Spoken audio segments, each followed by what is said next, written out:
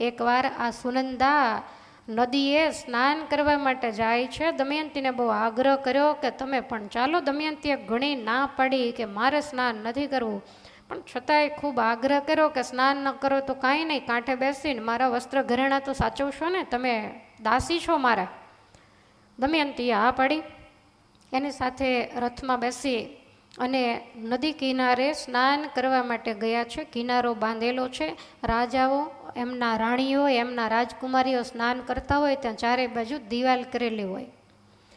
એટલે રાજકન્યા પોતાના વસ્ત્ર અને અલંકારોને ઉતારી બહુ મોટો સુવર્ણનો હાર છે એને દમયંતીના હાથમાં આપી અને એવું કહ્યું કે આને તમે બરોબર સાચવજો અને હું સ્નાન કરીને આવું છું. દમયંતી કહે છે કે અહીંયા એને ઓટલા ઉપર મૂકી દો, ટોડલા ઉપર, હું સોનાને અડતી નથી, મારે એવો નિયમ છે. એટલે તરત જ ત્યાં મૂકી અને ભલામણ કરી, જો અહીંયા ને અહીંયા ધ્યાન રાખી અને તું બેસજે. રાજકુમારી સ્નાન કરવા માટે ગયા અને એ વખતે પાપી કળિયુગે એ ટોડલામાં પ્રવેશ કરીને હારને ખેંચી લીધો અંદર. સતી વિચાર કરે કે હાર ક્યાં ગયો અને હમણાં રાજકન્યા આવશે. હવે આપણે પણ સમજી શકીએ કે આક્ષેપ તો આપણા ઉપર જ આવે. એટલે રાજકન્યા સ્નાન કરીને બહાર નીકળી, વસ્ત્ર વગેરે પહેર્યું અને ખાસ ભલામણ કરી હતી કે હાર છે એ ખાસ સાચવજે. અને એ હારને જ્યારે જોયો નહીં એટલે પૂછ્યું કે દાસી હાર ક્યાં? એટલે દમયંતી ચારેય બાજુ જોવા માંડ્યા અને ધ્રુજવા લાગ્યા. એટલે રાજકન્યાને એમ થયું કે ગમે એમ તોય આટલો મોટો હાર જોઈને સુવર્ણમાં લાલચ કોને ન લાગે? હું આ હારને ક્યારેય એકલો મૂકતી જ નથી, આની બાજ નજર કાયમ હાર ઉપર હશે. એટલે જેવા એવા શબ્દોથી અપમાન કરવા લાગ્યા કે મેં તને દાસી તરીકે રાખી છે ને આજ તું ચોર બનીને ઊભી રહી મારી સામે, માટે મારો હાર તો તારી જ પાસે છે. એમ કહી અને બોલતા બોલતા રથમાં બેઠા. દમયંતીને રથમાં નથી બેસવા દીધા. દમયંતી પાછળ ચાલતા ચાલતા ગયા, પોતાના મહેલે ગયા અને જેમ આવે એવા શબ્દોમાં જ્યારે રાજકન્યા બોલવા લાગી ત્યારે રાજમાતા એકદમ પોતાના મહેલેથી આવે કે શું થયું? એટલે માંડી અને સુનંદાએ વાત કરી કે આવી રીતે એને મેં સાચવવા આપ્યો ને હું સ્નાન કરીને આવી તો હાર નહોતો. રાજમાતાને એમ થયું કે હાર કોણ લઈ જાય? અને એમાંય આ તો રાજઘાટ, રાજના માણસો સિવાય કોઈ સ્નાન કરવા પણ ત્યાં આવે નહીં. એટલે સમજાવી અને દમયંતીને કહે છે કે એના સસરાના ઘેરથી આવેલો એ હાર છે, તારે હારની ઈચ્છા હોય તો હું તું કહેતો તને એવો જ બીજો હાર ઘડાવી દઈશ, પણ એ હાર તું એને દઈ દે. દમયંતી કે પણ હું ક્યાંથી દઉં, મારી પાસે એ હાર છે જ નહીં.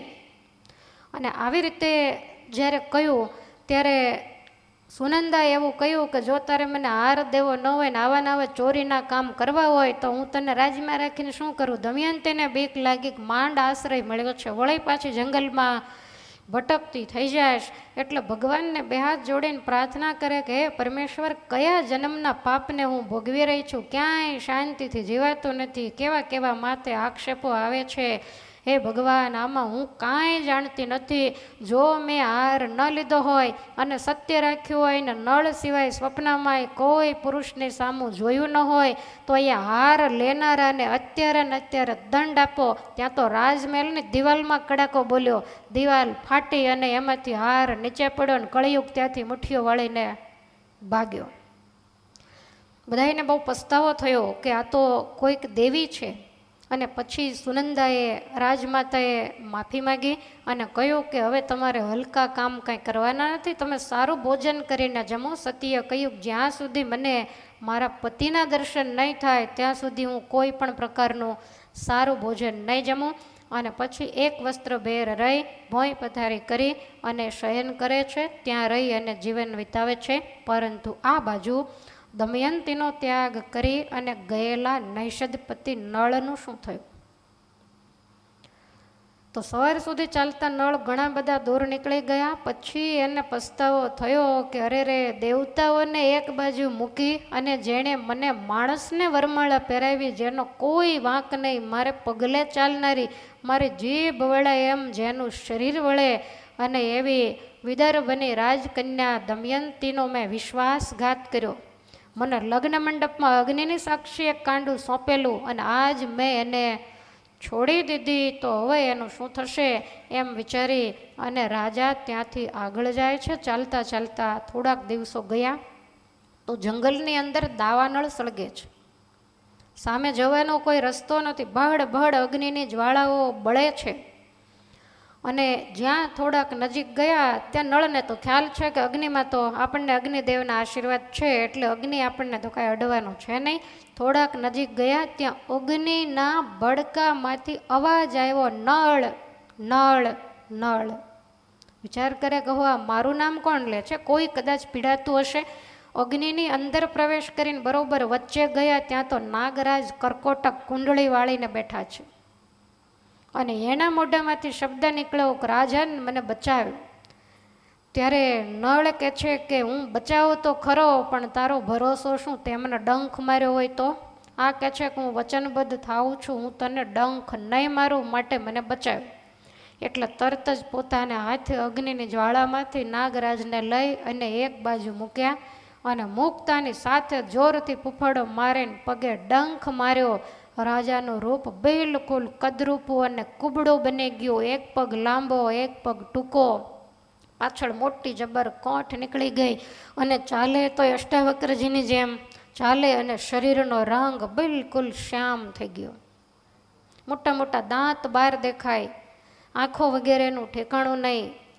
અને એ જ વખતે નળ એવું બોલ્યા કે બોલ્યા પછી ફરી જનારો તું છો કોણ?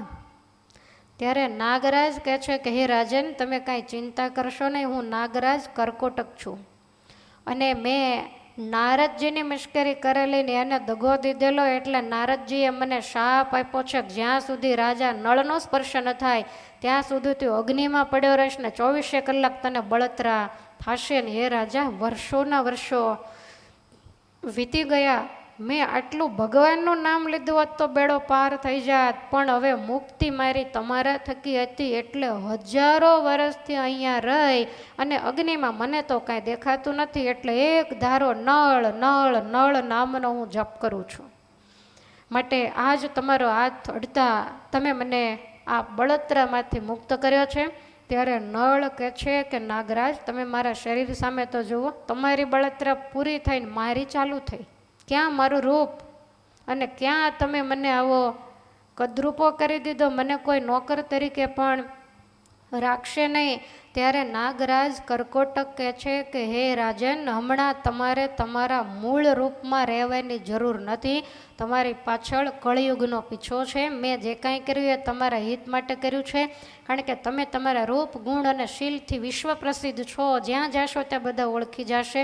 તો કોઈના રાજ્યમાં તમે નોકર ચાકર તરીકે રહી તમારો કપરો કાળ વિતાવી શકો એટલા માટે મેં તમને કુરૂપ બનાવ્યા છે. રાજા કહે છે કે જ્યારે મારો સુકાળ આવે ત્યારે મારે પાછો તને ક્યાં શોધવા આવો કે મને હતો એવો ને એવો બનાવી દે. એટલે કરકોટકે એક નાનકડો વસ્ત્રનો ટુકડો આપ્યો અને એવું કહ્યું કે હે રાજન તમને જ્યારે એમ થાય કે હવે મારા મૂળ રૂપમાં આવી જવાની જરૂર છે ત્યારે આ પોટલીને ખોલશો, અંદરથી એક નાનું વસ્ત્ર નીકળશે, એ તમારા માથે મૂકશો એટલે તમે તમારા મૂળ રૂપની અંદર જરૂરથી આવી જશો. માટે હવે તમે અહીંયાથી આગળ જાઓ.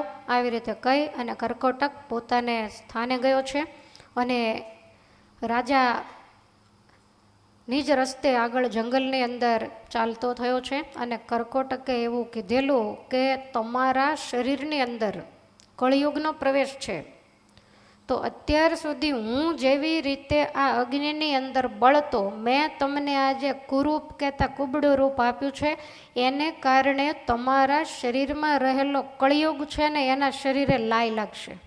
એટલે એ વહેલો કે મોડો પણ થાકી અને તમારા શરીરમાંથી જરૂર નીકળી જશે. મારા ઝેરે કરી અને એ અતિશય દુઃખી રહેશે. મહાભારતની અંદર લખ્યું છે કે યત્કૃતે ચાસી નિકૃતો દુઃખે ન મહતા નલ વિષેણ સમદિયે ન વિષેણ સમદિયે ન ત્વયિ દુઃખમ નિવત્સ્યતિ ત્વયિ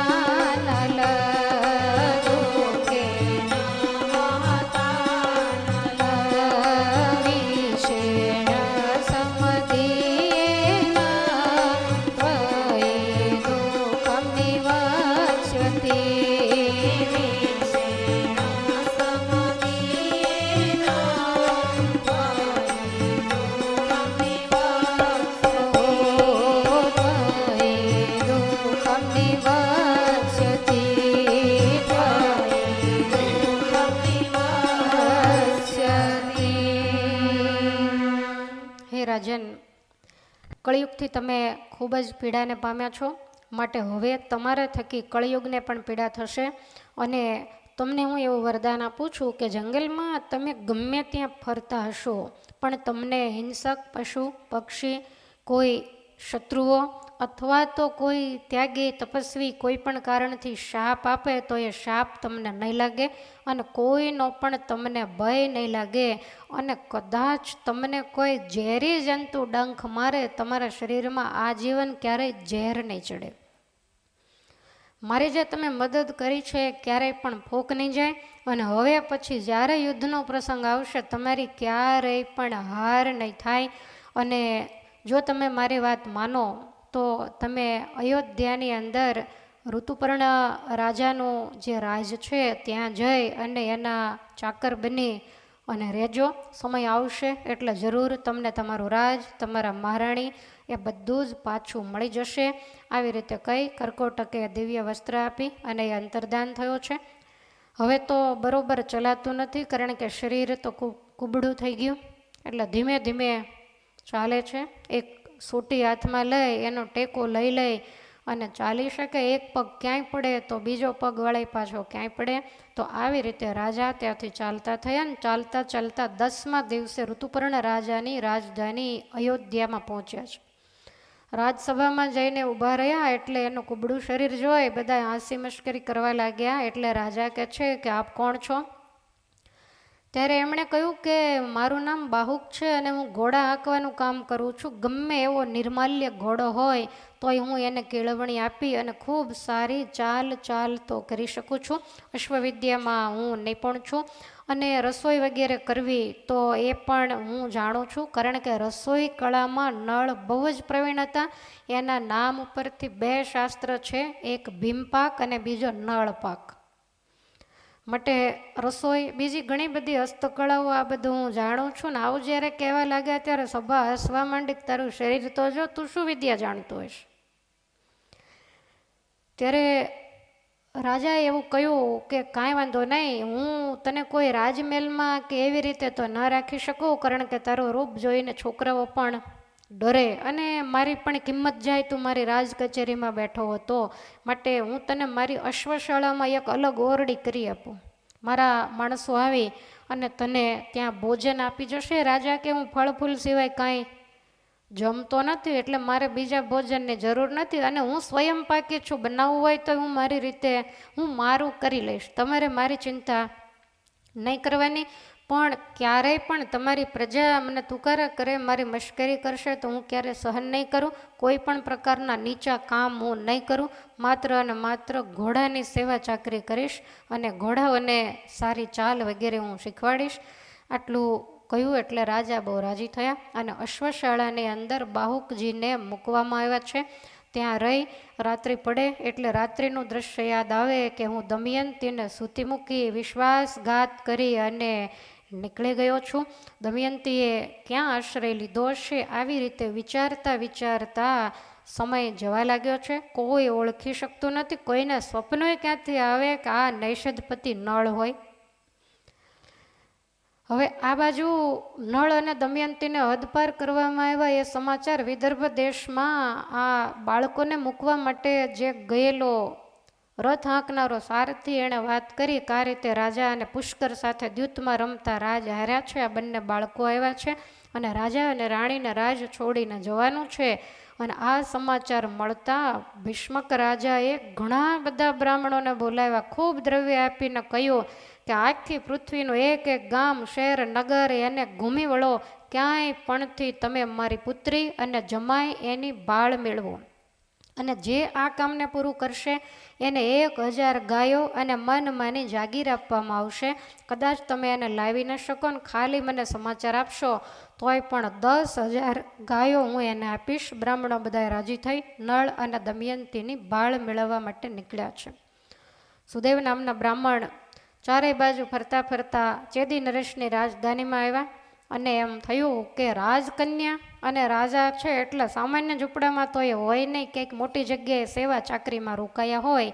એટલે રાજમહેલની અંદર આજુબાજુ રાજમહેલની ફરતા ફર્યા કરે કે કાંઈક બહાર નીકળે આમ તેમ સ્નાનાદિક કરવા જાય અને કદાચ જો મળી જાય તો કામ થઈ જાય. એટલામાં એક દિવસ રાજમહેલમાં કંઈક યજ્ઞ યાગાદિકનું કામ, એટલે નગરના ઘણા લોકો અંદર દર્શન કરવા માટે આવતા હોય. રાજમાતા પણ યજ્ઞની અંદર બેઠા છે અને દમયંતી પણ સુનંદાની સાથે બેઠેલા. હવે એ વખતે એવું બન્યું કે ગામના લોકો દર્શન કરવા આવે એની ભેગા ભૂદેવ પણ રાજમહેલની અંદર આવી ગયા.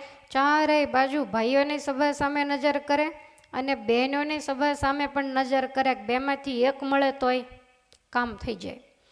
ચારેય બાજુ જ્યારે નજર કરી, હવે એ વખતે બન્યું એવું કે રાજકન્યાની પાસે દમયંતી બેઠેલા અને બરોબર આમ લટ જ્યાં સરખી કરવા ગયા ત્યાં ભૂદેવની નજર ગઈ. કારણ કે એમના ગામની અંદર તો દમયંતી મોટા થયા એટલે એમને તો આ વાતની કદાચ ખબર હોય, એટલે તરત જ ચિહ્ન જોઈ ગયા. એટલે નક્કી કરી લીધું કે ગમે તેવો વેશ હોય, ભલે એક જ વસ્ત્ર પહેર્યું છતાંય આ વિદર્ભ કન્યા દમયંતી જ છે. અને સુદેવને જોતા દમયંતી પણ ઓળખી ગયા, કારણ કે પછી સુદેવની નજર દમયંતી સિવાય ક્યાંય ફરતી નથી. એટલે દમયંતીને એમ થયું ગોળી અહીંયા કોણ મારી સામે જોવા માંડ્યું. એટલે એમણે પણ નજર મેળવીને જ્યાં જોયું ત્યાં ખ્યાલ આવી ગયો કાં તો અમારા વિદર્ભના ભૂદેવ છે, ગોર છે. એટલે તરત જ રાજમાતાને કહ્યું કે પેલા ભૂદેવની સાથે મારે વાતચીત કરવી છે. અજાણ્યા ભૂદેવ, અને એની પાસે જ્યાં ગયા ત્યારે ભૂદેવે પૂછ્યું કે હું વિદર્ભમાંથી આવ્યો છું, મને ભીમક રાજાએ મોકલ્યો છે દમયંતી અને નળની શોધ માટે, તો મારું હૈયું આ પડે છે કે તમે જ દમયંતી છો. દમયંતી પણ તરત જ ઓળખી ગયા અને નક્કી કર્યું કે ઘણા સમયથી મને જે રાજમાતાએ આશરો આપ્યો છે, હમણાં યજ્ઞનું કામ પૂરું થાય એટલે એમની રજા લઈ અને આપણે વિદર્ભ દેશની અંદર જરૂરથી જઈએ. થોડી વાર થઈ, યજ્ઞ પૂર્ણ થયો એટલે તરત જ દમયંતી પેલા ભૂદેવને લઈ અને ગઈ અને કીધું છે કે માં, તમારો આભાર હું માનું છું, ક્યારેય તમારો પાડ હું નહીં ભૂલું. કારણ કે કદાચ તમે મને ઓળખતા હો કે ન ઓળખતા હોય એમ કહી અને લટને જરાક ઊંચી કરી. તો આ જે રાજમાતાએ કોઈ નહીં પણ દમયંતીના સગા માસી હતા. પણ વેશ એવો એટલે કેવી રીતે ઓળખી શકે? ભાનુમતી એમનું નામ હતું. અને દમયંતી જ્યારે નાના હતા ત્યારે એમણે ખૂબ રમાડેલા અને એવું કહેતા કે આ કન્યા બહુ ભાગ્યશાળી છે કે જેના લલાટ ઉપર આવું ચિહ્ન છે. રાજમાતાને તો આંખમાંથી આંસુડાની ધાર થઈ કે અમે તો ન નાખવાના આક્ષેપો તારી ઉપર નાખ્યા. અમે સાંભળ્યું છે કે મારી ભાણેજને આવું દુઃખ આવી પડ્યું છે અને જંગલની અંદર રાજાની સાથે ફરે, પણ અમને તો આવી કંઈ ખબર જ નહીં. માટે તમે મને માફ કરી દો. ખૂબ જ માફી માગી અને સુનંદાએ પણ હેરાન કરેલા, આક્ષેપો નાખેલા એટલે એને પણ ખૂબ માફી માગી કે અમે તમને ઓળખી ન શક્યા, ઘણી મુશ્કેલીઓ અમે તમને આપી, ખાવાનું કાંઈ આપ્યું નહીં, તમે જમતા નહોતા, ભોંય પથારીએ સૂતા, માટે અમને માફ કરો અને હું જવા નહીં દઉં. અહીંયા થોડોક સમય હવે તમે એક રાજકન્યા તરીકે રોકાઈ અને મારી મહેમાન ગતિને સ્વીકારો. ત્યારે દમયંતી કહે છે કે હે માં, તમે તો જાણો છો કે તમ આંગણ મળ્યો આશરો, જેથી નિર્ભયતાથી હું રહી. તમ આંગણ મળ્યો આશરો, જેથી નિર્ભયતાથી હું રહી. કપરો કાળ મારો વીત્યો, માટે સાચા સગા ખરા સહે. કપરો કાળ મારો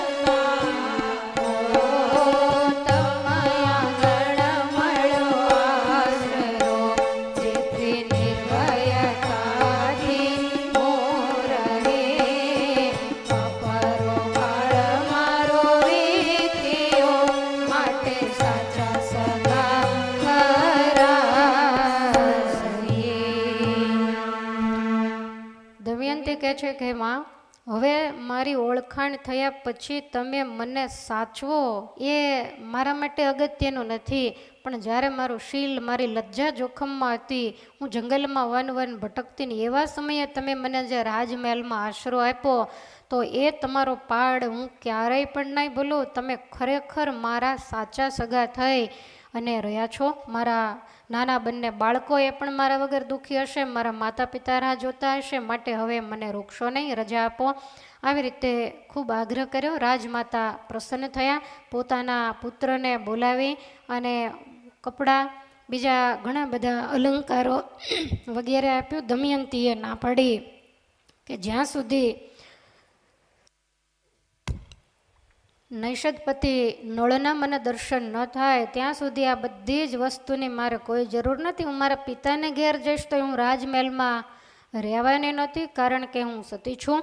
છતાંય પણ ખૂબ આગ્રહ કરી સાથે રથ વગેરે મોકલાય, એની અંદર અનેક પ્રકારની ભેટ સોગાદો મોકલી છે અને વિદર્ભ દેશમાં દમયંતીને વળાવ્યા. વિદર્ભમાં દમયંતીનું સ્વાગત થયું છે. પોતાના બાળકો, ભાઈ, માતા પિતા, સખીઓ બધાઈને મળ્યા અને આ ભૂદેવની દમયંતીએ પૂજા કરી છે અને પોતાની પુત્રી મળવાથી રાજા રાણીને પણ ખૂબ આનંદ થયો. દમયંતી એક નાનો એવો અલગ ઓરડો સાદો બનાવી અને એની અંદર રહે છે, પણ જ્યાં સુધી નળ ન આવે ત્યાં સુધી રાજમહેલમાં મારાથી રહેવાય નહીં એવી એની ટેક છે. અને માતા પિતાએ ઘણો આગ્રહ કર્યો પણ છતાં એનું એ જ વસ્ત્ર પહેર્યું છે. જેથી નળ વસ્ત્ર બદલે તે દિવસે જ હું વસ્ત્ર બદલીશ. એવી સતીઓને જન્માવનારી આપણી આ ભારત દેશની ધરતી છે. હવે આ બાજુ દિવસો વીતવા માંડ્યા, ઘેર તો આવી ગયા, બાળકો સુખી થયા, પણ દમયંતીને કાયમ એમ થાય કે હું તો મારા માતા પિતાને ત્યાં છું, પણ નૈષદપતિ ક્યાં હશે. એક દિવસ એની માતા પૂછે છે કે દીકરી તું આટલી બધી ઉદાસ કેમ રહે છે? તો કે તમે મારા પિતાને કહી અને નૈષદપતિની તપાસ કરાવો, જ્યાં સુધી એ નહીં મળે ત્યાં સુધી મારું હૃદય અતિ દુઃખી રહેશે, માટે કાંઈક ઉપાય કરો. રાણીએ રાજાને વાત કરી, બ્રાહ્મણોને બોલાવ્યા અને નળની શોધ કરવાનું કહ્યું. ત્યારે દમયંતી બ્રાહ્મણોને બોલાવીને કહે છે કે જો એક વાતને યાદ રાખો, નળને શોધવા એ સહેલા નથી, મને શોધવી એ ઘણું સહેલું હતું. માટે કારણ કે કળિયુગ મારી પાછળ નહીં એની પાછળ વધારે પડ્યો છે, તો તમે જ્યાં જાઓ ને જ્યાં માણસોની તમને ભીડ દેખાય ત્યાં જઈ અને તમે એવું બોલજો કે એક સતી સાધ્વી સ્ત્રીનું દેવતાઓની વચ્ચે અગ્નિની સાક્ષી એક કાંડું ઝાલ્યા પછી જો એને અડધી રાત્રિએ છોડીને જતું રહેવું તું તો શા માટે કાંડું ઝાલ્યું? અને એ અબળા હજી પણ તમારી રાહ જોતી એક જ અડધું વસ્ત્ર પહેરી અને દુઃખી થઈને ફરે છે. માટે શુરવીર, ધર્માત્મા, રણબંકા, વીર પુરુષને આ જરાય શોભતું નથી. આટલું તમારે બોલવાનું. ક્યાંય પણ નળ હશે તો એ તમને સામો જવાબ તરત આપશે. બધાય બ્રાહ્મણોને આટલું ગોખાવી દીધું. જ્યાં જ્યાં બ્રાહ્મણો જાય ત્યાં બધે આ રીતે બોલે છે, પણ કોઈ જવાબ મળતો નથી. ઘણા બધા બ્રાહ્મણો નળની શોધમાં નીકળ્યા. એમાં પ્રણાદ નામના એક વિપ્ર છે, એ શોધખોળ કરતાં કરતાં અયોધ્યા ગયા છે અને અયોધ્યામાં ઋતુપર્ણ રાજાના રાજ્યમાં ગયા. ત્યાં રાજ કચેરીમાં બીજે ત્રીજે બધે જ આવું બોલ્યા, પણ કોઈએ કંઈ જવાબ આપ્યો નથી. અશ્વશાળાની બાજુમાં રસ્તો પડે છે, રાત્રિનો સમય છે. ભૂદેવ ત્યાં એ રસ્તેથી નીકળ્યા. બાજુમાં જ નાના એવા ઓરડાની અંદર અશ્વશાળામાં બાહુકજીનો નિવાસ છે. ગુપ્ત વેશે નળ રહે છે. ત્યાંથી નીકળતા ભૂદેવથી વળી એવું બોલાઈ ગયું કે એક સતી સાધ્વી સ્ત્રીનું દેવતાઓની વચ્ચે કાંડું ઝાલી અને પછી એને જંગલમાં અર્ધે વસ્ત્રે મૂકીને જાવું એ રણબંકા વીર પુરુષને જરાય શોભતું નથી. વેંત નહોતો તો શા માટે કાંડું ઝાલ્યું? અને નળના કાન ચમક્યા કે આ શબ્દો દમયંતીના છે અને જંગલમાં જે કંઈ બન્યું છે એ મારા અને દમયંતી સિવાય કોઈ જાણતું નથી. એટલે તરત જ દરવાજો ખોલીને કીધું ભૂદેવ અહીંયા આવો. શું? તો કે ક્યાંથી આવો છો? એટલે આ કહે છે કે રૂપ જોયું એટલે આને કોણ જવાબ દે? આ કે તારે શું કામ છે? તું ક્યાં નીકળ્યો? તારું મોઢું જોઈ અપશુકન થાય. ત્યારે બાહુકજી કહે છે કે અપશુકનની વાત એક બાજુ મૂકો, પણ તમે આવો છો ક્યાંથી એ મને બતાવો. એટલે આણે કાંઈ જવાબ આપ્યો નહીં અને આની મજાક કરી. એટલે બાહુકજી એવું બોલ્યા કે જીવનની અંદર ચડતી અને પડતી તો હંમેશા આવતી જ હોય છે. કોઈ સ્ત્રીનો જાણી જોઈને કોઈ પુરુષ ત્યાગ કરે જ નહીં, પણ જ્યારે જીવનની અંદર એવી મુશ્કેલી આવે અને કદાચ એણે ત્યાગ કર્યો હશે તો એ પુરુષ લાચાર હશે, મુશ્કેલીમાં ફસાયેલો હશે, રાજલક્ષ્મીથી ભ્રષ્ટ થયેલો હોય અને એનું લજ્જારૂપી વસ્ત્ર હતા એને પંખીડાઓ લઈ ગયા, એટલે પછી સ્ત્રીનું અડધું વસ્ત્ર ફાડ્યા વગર બીજો કોઈ રસ્તો નહોતો. આટલું બોલતા બોલતા બાહુકજી અંદર જતા રહ્યા. પ્રહલાદ વિપ્રને ખ્યાલ આવી ગયો કે એકે જવાબ આપ્યો, બાકી ક્યાંય જવાબ. પણ હવે મારે કહેવું કેમ? આવા માણસનું તો નામે ક્યાં દેવું? ક્યાં નૈષદપતિ નળ અને ક્યાં કુબડો માણસ? કાંઈ વાંધો નહીં. તરત જ ત્યાંથી એ વિપ્ર વિદર્ભ દેશની અંદર આવ્યા અને કહ્યું કે હે રાજકુમારી, કહેતાય પણ શરમ લાગે એવું છે. તમારા પ્રશ્નનો જવાબ મળ્યો પણ એ વ્યક્તિ જોયા જેવો નહોતો. દમયંતી કહે છે કે શું જવાબ મળ્યો એ તો કહો. ત્યારે એણે એવું કહ્યું કે એમને એ સાધ્વીને છોડીને જવાનો કોઈ ઈરાદો નહોતો, પણ રાજ ભ્રષ્ટ થયેલા અને લજ્જારૂપી વસ્ત્ર એનું પંખીડા લઈને જતા રહ્યા, એટલે સ્ત્રીનું અડધું વસ્ત્ર એણે ફાડી અને પહેરવું પડ્યું છે. લક્ષ્મીથી ભ્રષ્ટ થયેલા, દેશવટો મળેલો, એટલે આ કામ એણે કર્યું છે. ને આટલું બોલતા બોલતા તો રાજકુમારીજી એની આંખમાંથી આંસુડા પડવા માંડેલા અને તરત જ દમયંતીને નક્કી થઈ ગયું કે એ રાજા નળ સિવાય બીજું કોઈ હોઈ ન શકે. નામ શું હતું? તો કે નામ હતું બાહુક. મેં કીધું નહીં, પણ એની જાતે એણે એનું નામ બતાવેલું. તરત જ નક્કી કરી લીધું કે જે વેશ હોય તે, પણ આ વસ્તુની ખબર બીજા કોઈને નથી. એટલે તરત જ એના પિતાને વાત કરી, માતા વગેરે બધાએ મળી અને નક્કી કર્યું કે આનો રસ્તો કેમ કરો. વેશ જોતા એવું લાગે કે નળ નથી તો એને અહીંયા લાવીને શું કરવા. રાજાને દમયંતી કહે છે કે જો તમે મને થોડીક છૂટ આપો તો હું મારી જાતે રસ્તો કરી લઉં. રાજા કહે છે કાંઈ વાંધો નહીં. દમયંતીએ તરત જ ઋતુપર્ણ રાજા અયોધ્યાના એના ઉપર એક પત્ર લખ્યો, કંકોત્રી લખીને એની અંદર એવું લખ્યું વિદર્ભ રાજાના નામથી કે વિદર્ભથી લિખિતન રાજા ભીષ્મક, અને ખાસ એ જણાવવાનું કે મારી દીકરીને મેં નૈષદપતિની સાથે પરણાવેલી, પણ નૈષદપતિ એને જંગલમાં અધવચ્ચે છોડી અને જતા રહ્યા છે, તો એ કન્યા માટે અમારે ફરીવાર સ્વયંવર ગોઠવવો છે. તો અયોધ્યાના રાજા ઋતુપર્ણને માલુમ થાય કે કાલ સવાર પડતા સુધીમાં જો આવી જાઓ, કાલે જ એનો અમે સ્વયંવર રાખેલો છે. જ્યારે ચિઠ્ઠી મળે વાંચે ત્યારથી કાલ માટે વહેલી તકે સ્વયંવરની અંદર આવજો, અને મારી દીકરીના રૂપગુણ તો તમને ખબર છે, જેના ભાગ હશે એને આ કન્યા મળશે. હવે આવું જ્યારે પત્રની અંદર લખી આપ્યું, માતા પિતાને કહ્યું કે રસ્તો થઈ જશે. હવે આ પત્રિકા લઈ અને આ પરણાત બ્રાહ્મણ ઋતુપર્ણ રાજાના રાજ્યમાં આવ્યા. બીજે તો ક્યાંય જવાનો પ્રશ્ન નહોતો. રાજ કચેરીમાં જઈ અને સીધી એ પત્રિકા આપી. પત્રિકા વાંચી તે રાજાને ખ્યાલ આવ્યો કે નળરાજા તો જતા રહ્યા છે, પણ દમયંતીનો પત્તો લાગ્યો હોય ને આટલા દુઃખી થાય એટલે પછી બીજા લગ્ન કરવાનું વિચાર્યું હશે, જેને વરવા માટે દેવતાઓ આંટા મારતા, અને ભગવાનની ઈચ્છા હોય તો વળી મને કદાચ વરે. એટલે તરત જ રાજ કચેરીમાં જેટલા અશ્વપાલો હતા એ બધાને બોલાવ્યા અને એવું કીધું કે કાલ પહોંચવાનું. સાંજ પડી ગઈ હતી એટલે એક જ રાતમાં પહોંચવાનું, ક્યાં અયોધ્યા, ક્યાં વિદર્ભ દેશ. એટલે તરત જ અલગ અલગ અશ્વપાલોને બોલાવ્યા, બધાએ હાજર થઈ. એની ભેગા બાહુકજી પણ લાકડી લઈને આવ્યા અને બધાથી છેલ્લે બેઠા. એટલે બધાને પૂછ્યું કે કાલ સવાર સુધીમાં મને વિદર્ભ દેશમાં કોણ પહોંચાડે, જે માગશો એ હું તમને આપીશ. ત્યારે બધાએ પૂછવા માંડ્યા કે રાજાને આટલી બધી ઉતાવળ, તો કે નૈષદપતિ નળનો ક્યાંય પત્તો નથી, એટલે એના જે પટરાણી દમયંતી અને એના માતા પિતા ફરીવાર સ્વયંવર ગોઠવીને પરણાવવાના છે, ને મારું નામ લખીને સ્પેશિયલ આ કંકોત્રી આવી છે. કંકોત્રી પણ વાંચી વંચાવી. બાહુકજી છેલ્લે બેઠા હતા, એણે આગળ આવીને કંકોત્રી હાથમાંથી લઈ લીધી. દમયંતીના હસ્તાક્ષરોને જોયા, આંખમાંથી આંસુ પડ્યા કે કેવી પોઝિશન હશે ત્યારે આ કામ એણે કરવું પડ્યું. બાકી સતીના સતને તો હું જાણું જ છું.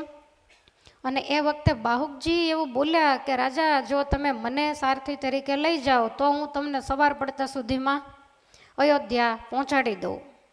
રાજાને એમ થયું કે હવે આને લઈ જાઓ તો આને મારા સારથી તરીકે જોશે, તો દમયંતી મને જયમાળા જ નહીં પહેરાવે કે આવા સારથીને રાખે, રાજામાં શું લેવાનું હોય. આવો વિચાર થયો એટલે નળ રાજા પારખી ગયા. નળ કહે છે કે તમે મારા રૂપ સામે નહીં જોતા, તમારે મારી તાકાત ને શક્તિ સામે જોવાનું, મને અશ્વવિદ્યા આવડે છે. હવે આ રીતે જ્યારે કહ્યું, હવે જો અશ્વવિદ્યા તો નળ સિવાય કોઈને નથી આવડતી, એ આખી દુનિયાને ખબર હતી, પણ કળિયુગે ભૂલાવ્યા, નહીંતર ઓળખાઈ જાય તરત. એમ થયું કે જેવા હોય તેવા ગામની ભાગોળે ઉતરી જઈશું, આને નગરમાં નહીં લઈ જઈએ એવું વિચારીને કહ્યું કાંઈ વાંધો નહીં, થઈ જાઓ તૈયાર. તરત જ રથની સાથે ટારડા ઘોડા જોડી અને લાવ્યા. જેવી રીતે બાહુકજી હાલે એવી જ રીતે ઘોડાઓ ચાલે છે. ઋતુપર્ણને એમ થયું કે આ મારી મજાક કરે છે, આ કે મજાક નથી કરતો, જો કન્યાને પરણવાની ઈચ્છા હોય ને તો આ રથમાં બેસો. ગરજ હતી એટલે છૂટકોય નહીં, એટલે રથની અંદર બેઠા. તે 1 કલાકે તો રથ નગરની બહાર નીકળ્યો. ઋતુપર્ણ વિચાર કરે છે કે આવા ગાંડા માણસનો સંગ કરવાથી પણ કિંમતના કાંકરા થાય, પણ કાંઈ વાંધો નહીં.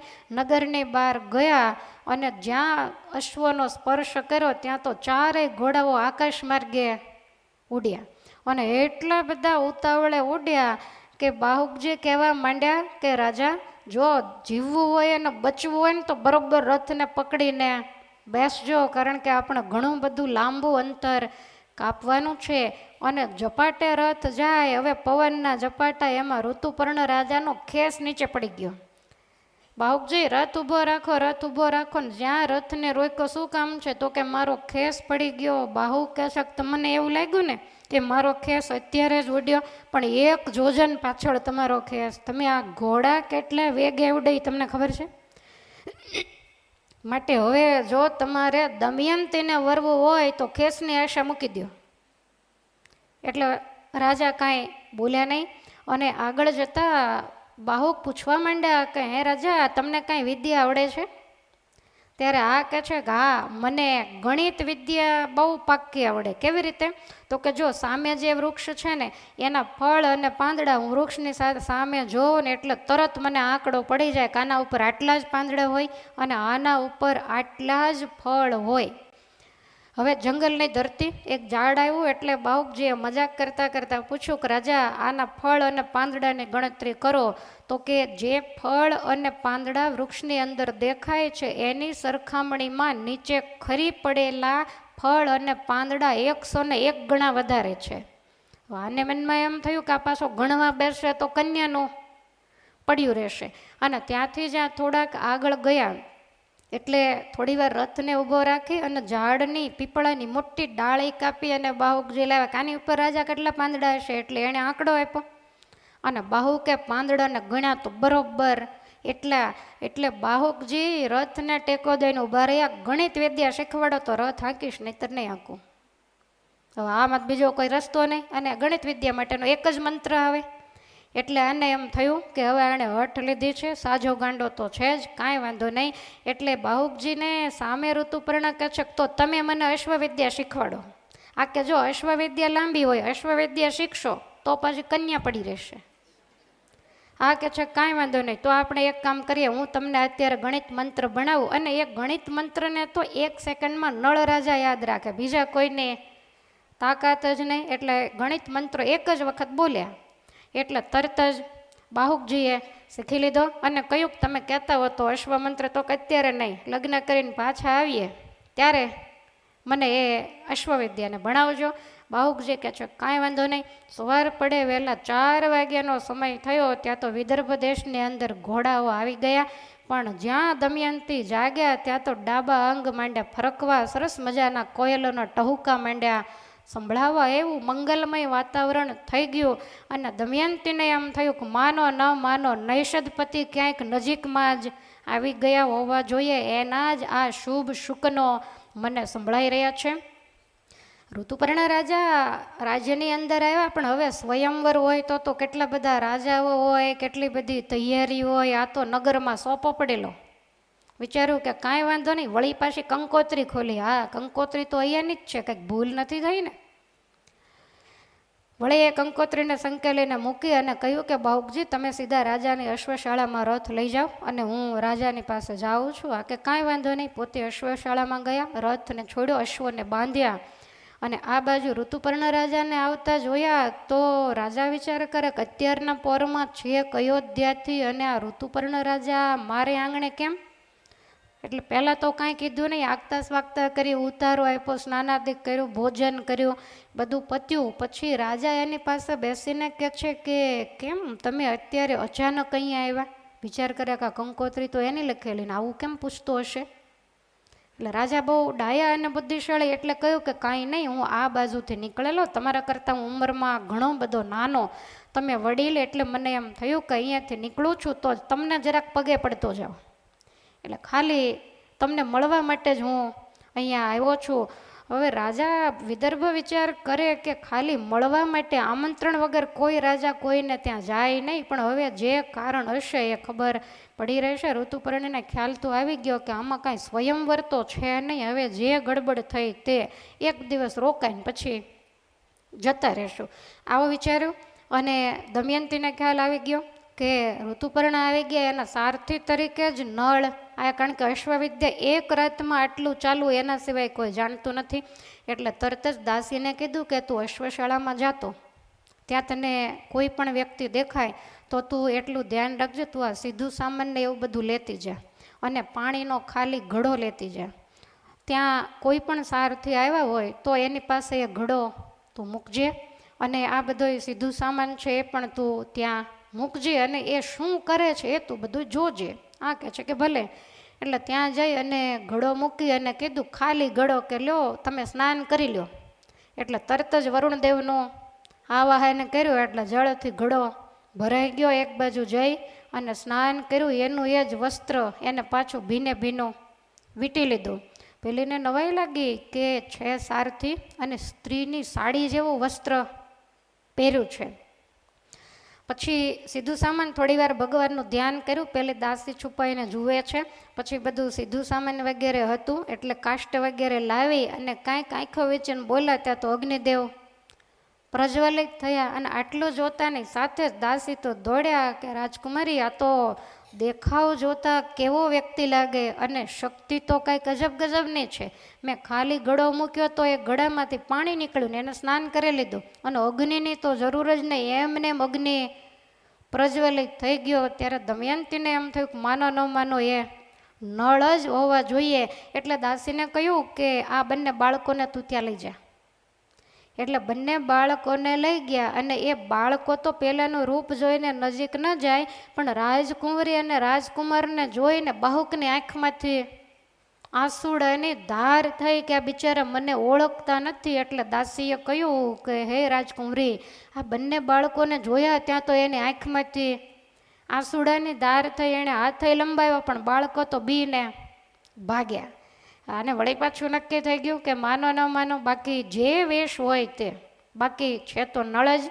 એના પિતાને બોલાવીને કહ્યું કે હે પિતાજી, ઋતુપર્ણ રાજા આવ્યા, એની સાથે એના સારથી આવ્યા છે, જો તમારી આજ્ઞા હોય તો એ સારથીને મારે એકલા મળવાની ઈચ્છા છે. મને એવી શંકા છે કે એ જ નૈષદપતિ નળ હોવા જોઈએ.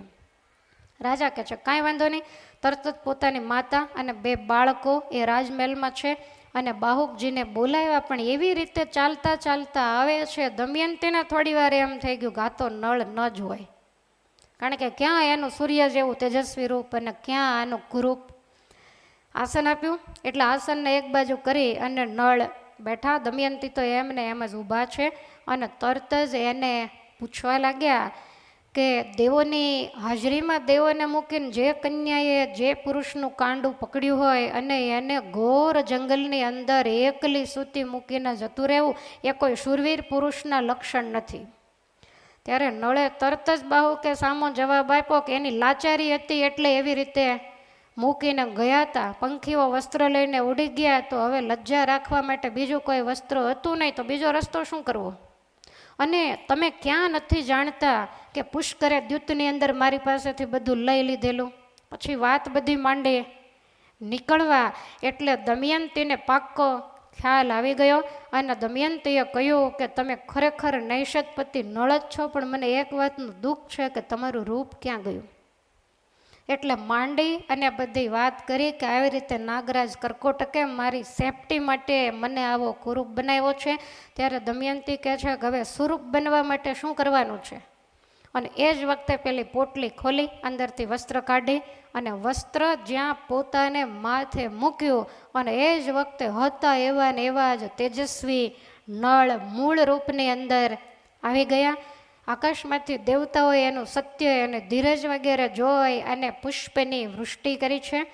નળ અને દમયંતી એને રાજાએ સ્નાન કરાવી સુંદર વસ્ત્ર વગેરે પણ પહેરાવ્યા છે. આખા કુંડિનપુર નગરની અંદર સાકર અને ખારેક વેચવામાં આવ્યા કે ઘણા સમયે નળ અને દમયંતી એ બંને ભેગા થયા. એની બાળ મળી અને પાપી કળિયુગ જ્યાં પેલું વસ્ત્ર ઓઢ્યું એટલે એના શરીરમાંથી નીકળી અને જતો રહ્યો છે.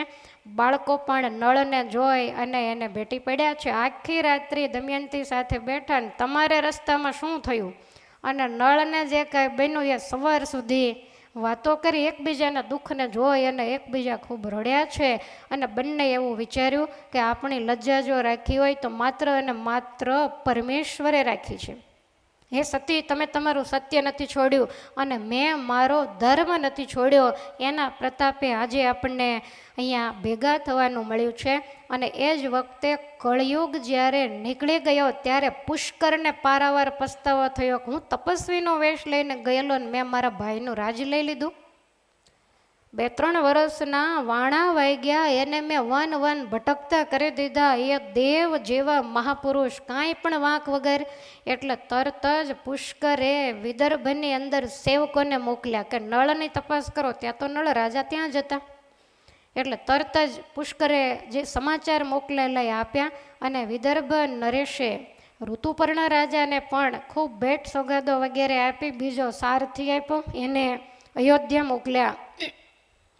અને નળ અને દમયંતીને અનેક પ્રકારની ભેટ સોગાદો વગેરે આપી અને પોતાના રાજ્યની અંદર મોકલ્યા છે. બધાને અતિશય આનંદ થયો. કળિયુગ ગયો અને પુષ્કર તો નળને જોતા દોડી અને પગ પકડ્યા કે ભાઈ મારી ભૂલ થઈ ગઈ, મને આવી દુષ્ટ બુદ્ધિ કેમ સૂજીએ મને સમજાતું નથી. ક્યાં તમે ધર્મવાળા મહાપુરુષ અને ક્યાં મેં તમને આટલી બધી પીડાઓ આપી. ત્યારે નળ રાજાએ કહ્યું કે ભાઈ સમય બળવાન છે. જેના જીવનમાં સમય પલટો ખાય આખી દુનિયા પગ પૂજતી હોય તોય કોઈ રાજી નથી એની સામે જોવા માટે. એવી પરિસ્થિતિ જીવનમાં આવી જાય અને કુદરત જે દિવસે સાથ આપે તે દિવસે ક્યાંનો ક્યાંય તળિયે બેઠેલો માણસ છે એ કદાચ રાજાની રાજગાદી ઉપર પણ આવી જાય. માટે ભાઈ સમયની બલિહારી છે, માટે એનું દુઃખ તમારે બિલકુલ રાખવું નહીં. આવી રીતે કહી અને રાજા પોતાના રાજ્યની અંદર આવીને રહ્યા છે. ધર્મપૂર્વક રાજ્ય કરવા લાગ્યા છે. સ્વામી હવે નળાખ્યાનનું સમાપન કરતા એવું લખે છે કે ખૂબ કષ્ટ ભોગવ્યા. વર્ષોના વર્ષો ગયા પણ ભગવાનને ભાવે કરીને ભજાય એનો આશ્રય છોડ્યો નથી. કળિયુગે ગમે એટલો પીછો પકડ્યો પણ એકેય પોતાના સત્યમાંથી કે સતીત્વમાંથી પડ્યા નથી. માટે સ્વામી એવું કહે છે કે નળ રાજાનો આખ્યાન સાંભળીને ઘરે જવાનું નથી તો નાળપુરીમાં જવાનું. તો સ્વામી એવું લખે છે કે નળ રાજાના આખ્યાનમાંથી દરેકે એક વસ્તુ શીખવાની છે. શું? તો સ્વામી લખે છે કે એમ સાધુને સત્ય રાખવું, રાખવી દ્રઢ ધર્મમાં. એમ સાધુને સત્ય રાખવું, રાખવી દ્રઢ સુખ દુઃખ સહી શરીરને રહેવું અચળ નિજ આશ્રમમાં. સુખ દુઃખ સહી શરીરને રહેવું અચળ નિજ આશ્રમમાં. ધર્મ સમાધાન નથી નર નારીને નિદાન. ધર્મ સમાધાન નથી નર નારીને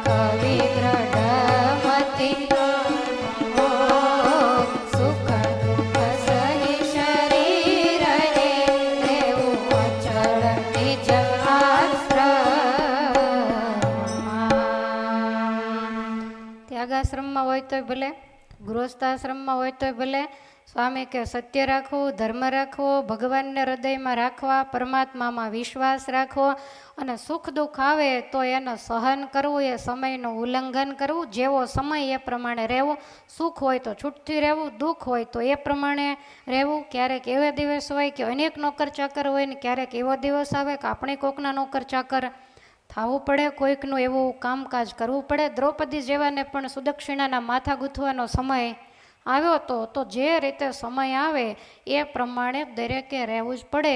પણ ધર્મ છોડીને અધર્મને માર્ગે જઈને પોતાના સત્યને કહેતા સતીત્વને લાંછન લગાડીને કોઈ પણ કાર્ય કરવું નહીં. ધર્મ સમ ધન નથી નર નારીને નિદાન, અને ધર્મ જાતા જો ધન મળે તો જાણવું થયું મોટું જ્ઞાન. જ્ઞાન કહેતા નુકસાન.